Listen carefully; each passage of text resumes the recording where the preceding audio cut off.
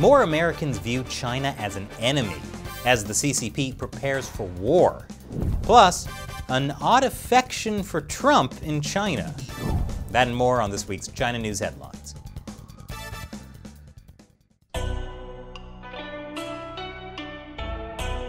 Welcome to China Uncensored. I'm Chris Chappell. After decades of the Chinese Communist Party's unrestricted warfare against the U.S., a lot of Americans have come to view China as the enemy. That's according to this new poll by the Pew Research Center. Roughly 9 in 10 U.S. adults consider China a competitor or enemy rather than a partner. However, while 53% of conservatives describe China specifically as an enemy, only 20% of liberals say the same. Concerns about China's aggressive behavior are not new. U.S. military and intelligence officials repeatedly warned about Chinese military investment, disinformation, and espionage and cyber operations. You know, I think someone else has been warning Americans about the Chinese Communist Party too.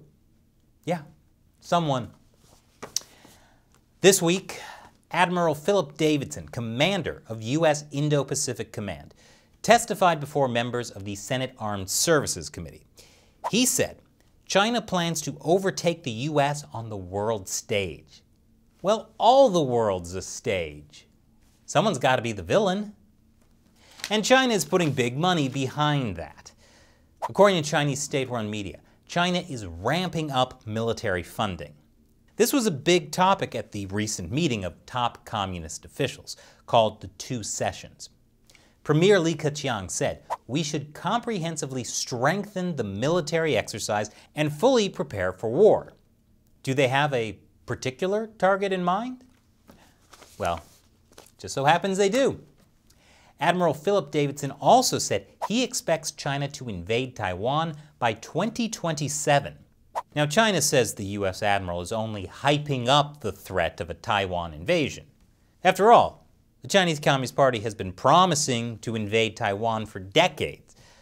Let's just hope this is one of those promises they break.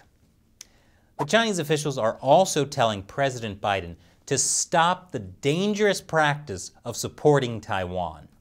It is dangerous. Dangerous for the CCP. They don't want to fight the U.S. military.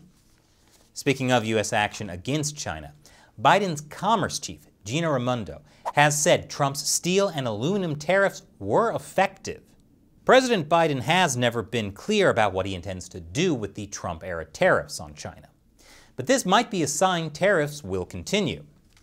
That being said, a lot of Trump's policies have been frozen as the Biden administration reviews them. For instance, the WeChat ban.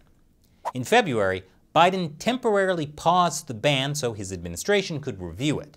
But it has now come out that Commerce Secretary Raimondo and her husband own a stake in WeChat's parent company. That parent company is Tencent, one of several Chinese tech companies the U.S. considers a national security threat and potential vector for espionage. How could she do that? Well, the same way most Americans are invested in potentially dangerous Chinese companies, through emerging market funds. She and her husband jointly own shares of 2 emerging markets exchange-traded funds, which are composed of several foreign stocks, including Tencent Holdings. Of course, as Commerce Secretary, I hope Raimondo learns about all the ways Americans end up supporting an authoritarian regime that kills their own citizens for their organs. And after the break, China's National People's Congress has approved new rules to make sure Hong Kong's democracy is firmly within their control. Welcome back. This week, China's National People's Congress approved sweeping changes to Hong Kong's electoral system. What are the changes? One change is about how Hong Kong's chief executive gets selected. The chief executive is like a governor. In the past, there's been a 1,200-member committee that elects the chief executive. It's made up of 4 equally sized sectors. The 4th sector includes elected members of Hong Kong's Legislative Council and District Councils, plus some unelected members from mainland China. But that's not enough for the CCP. Under the new rules passed this week, the election committee will be expanded by adding a new group of 300 Chinese communist officials. So with the election committee increased from 1,200 members to 1,500 members, I think it's safe to say Hong Kong is now 25% more democratic. And in case that doesn't pack the Hong Kong government with enough pro-Beijing officials, they're also expanding Hong Kong's Legislative Council. In the past, it had 70 seats, 35 of which are elected by the people. Now, the Chinese government will be adding 20 more seats and filling them with its own people. So elected representatives will now always be in the minority.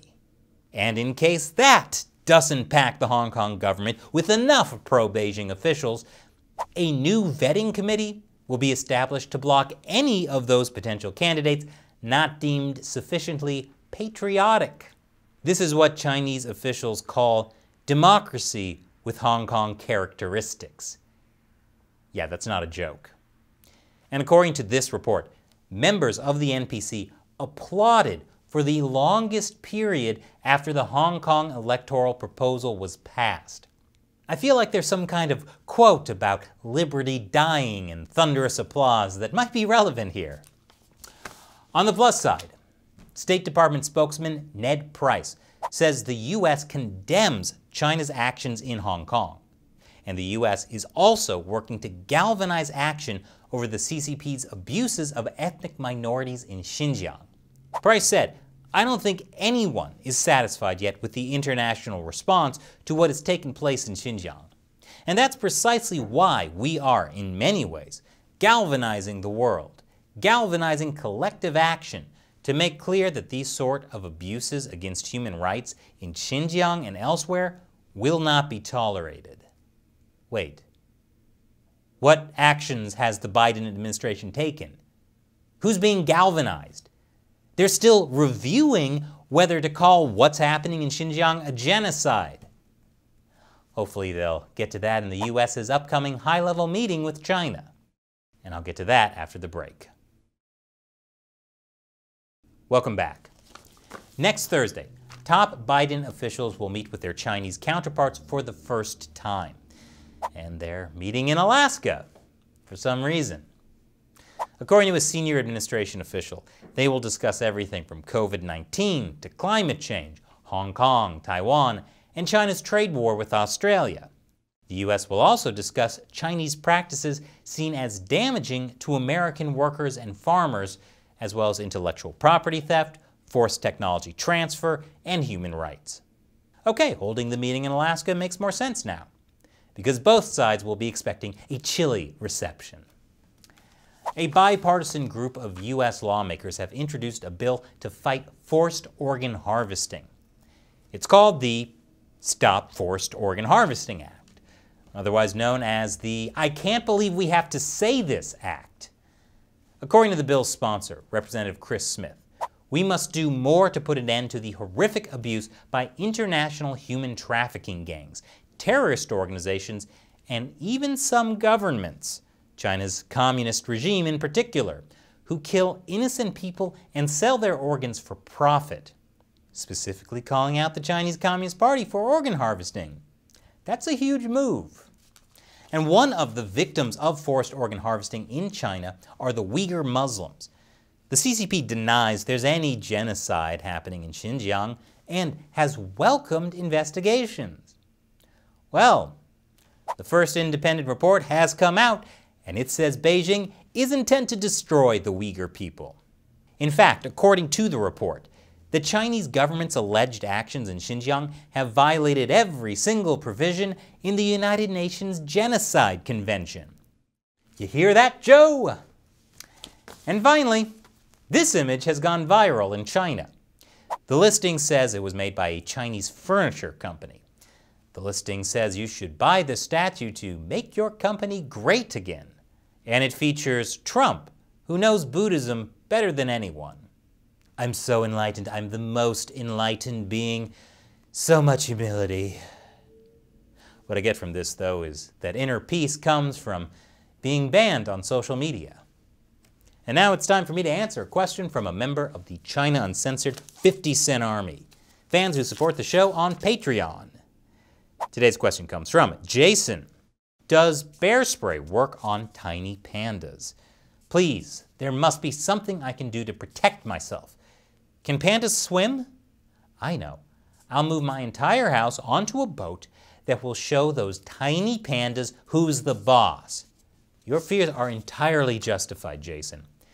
But I'm sorry to say, according to the WWF, which I believe is the World Wrestling Federation, they can also swim, and unlike most other bears, do not hibernate for months at a time during winter.